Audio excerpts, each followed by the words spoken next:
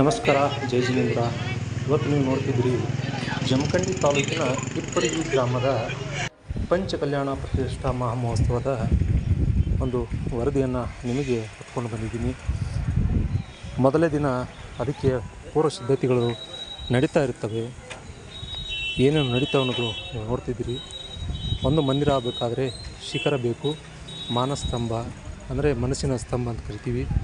ಅದರ ಮೇಲೆ ಜಿನ ತೀರ್ಥಂಕರ ಬಿಂಬಗಳನ್ನು ಪ್ರತಿಷ್ಠಾಪನೆ ಮಾಡುವಂಥದ್ದು. ಹಾಗೆ ಶಿಖರದಲ್ಲಿ ಕೂಡ ಜಿನಬಿಂಬ ಅಂದರೆ ಜೈನ ಮೂರ್ತಿಯ ಪ್ರತಿಷ್ಠಾಪನೆ ಕಾರ್ಯಕ್ರಮ ನಡೀತಾ ಇದೆ. ಅದರ ಪ್ರಾಣ ಪ್ರತಿಷ್ಠೆಗಳು ಈಗ ಜರುಗ್ತಾ ಇದೆ 5 ದಿನಗಳಲ್ಲಿ.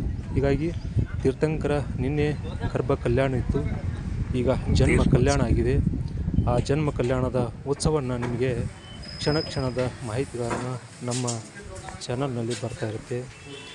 ಹೀಗಾಗಿ ಒಂದು ಜೈನ ಮಂದಿರವ ನಿರ್ಮಾಣ, ಹೊಸ ನಿರ್ಮಾಣ, ಹಾಗೆ ಮಾನಸ್ತಂಭದ ಹೊಸ ನಿರ್ಮಾಣ, ಏನಾದರೂ ಜಿನಮೂರ್ತಿಗಳನ್ನು ಹೊಸದಾಗಿ ತಂದಾಗ ಪಂಚಕಲ್ಯಾಣ ಮಾಡುವುದು ಜೈನ ಪರಂಪರೆಯಲ್ಲಿ ಇದೊಂದು ಧಾರ್ಮಿಕ ವಿಧಿವಿಧಾನ. ಹೀಗಾಗಿ 5 ದಿನ ಕಾರ್ಯಕ್ರಮ ನಡೆಯುತ್ತೆ. ತೀರ್ಥಂಕರ ಹೇಗೆ ಜನ್ಮ ತಾಳ್ತಾರೆ, ತಂದೆ ತಾಯಿಯ ಹೇಗೆ ಇರುತ್ತಾರೆ ಅನ್ನೋದು ಈ ಮೂಲಕ ನಿಮಗೆ ತೋರಿಸ್ಕೊಡ್ಲಿಕ್ಕೆ ನಾನು ಇವತ್ತು ಜಮಖಂಡಿ ತಾಲೂಕಿನ ಬಾಗಲಕೋಟೆ ಜಿಲ್ಲೆ ಜಮಖಂಡಿ ತಾಲೂಕಿನ ಹಿಪ್ಪರಗಿ ಅಂದರೆ ಹಿಪ್ಪರಗಿ ಡ್ಯಾಮ್ ಅಂತ ಕರಿತೀವಿ, ಆಣೆಕಟ್ಟಿನ ನಾನು ಕ್ಷೇತ್ರದಲ್ಲಿ ಕೃಷ್ಣಾ ನದಿ ತೀರದಲ್ಲಿದ್ದೀನಿ. ಅದರ ಎಲ್ಲ ವರದಿಗಳನ್ನು ನಿಮಗೆ ತಲುಪಿಸಿ ಸಣ್ಣ ಪ್ರಯತ್ನ ಮಾಡ್ತಾಯಿದ್ದೀನಿ. ಇನ್ನು ಇವತ್ತಿನ ಕಾರ್ಯಕ್ರಮಗಳು ಮತ್ತು ನಾಳೆ ನಾಡಿದ್ದು ಬರುತ್ತೆ. ಹೀಗಾಗಿ ಎಲ್ಲ ವಿಡಿಯೋಗಳನ್ನು ಕಾರ್ಯಕ್ರಮದಲ್ಲಿ ಇರುವ ಕಾರಣ ವಿಡಿಯೋಗಳು ಬರುವುದು ಸ್ವಲ್ಪ ತಡವಾಗುತ್ತೆ. ನೀವು ನೋಡ್ತಾ ಇದ್ದೀವಿ. ಹಾಗೆ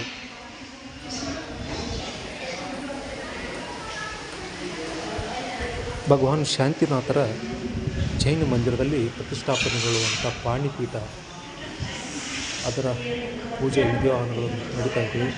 ಕೊನೆಯ ದಿನ ಇಲ್ಲಿ ಶಾಂತಿನಾಥ ತೀರ್ಥಂಕರ ಪ್ರತಿಷ್ಠಾಪನೆಗೊಳ್ಳುವುದು. ಈಗ ಪ್ರಾಣ ಪ್ರತಿಷ್ಠಾಪನೆ ಮಂತ್ರಘೋಷಗಳು ನಡೀತಾ ಇವೆ.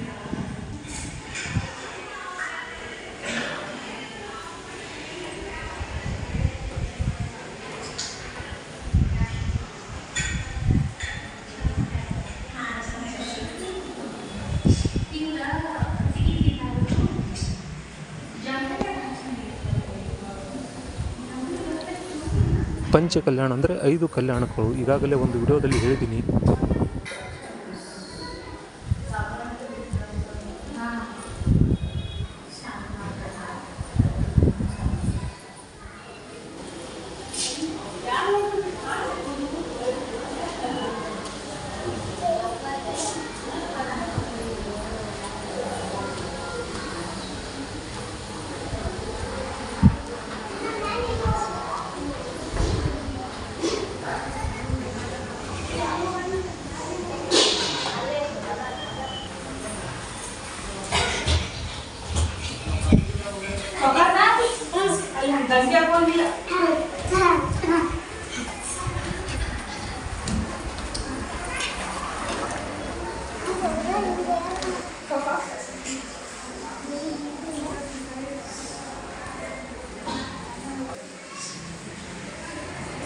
ಜೈನ ಪರಂಪರೆಯಲ್ಲಿ ಯಜ್ಞ ಯಾಗಾದಿಗಳು, ಹೋಮ ಹವನಗಳು ನಡೀತಾ ಇರ್ತವೆ.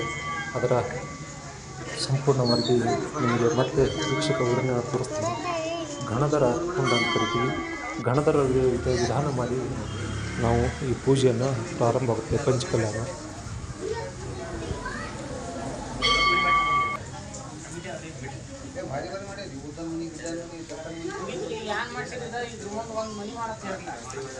ಆಗಲ್ಲ. ಪಂಚಕಲ್ಯಾಣ ನಿಮ್ಮದಿಂದ ಆಗ್ತವ. ನಾಳೆಗೆ ಬಂದ ಒಂದು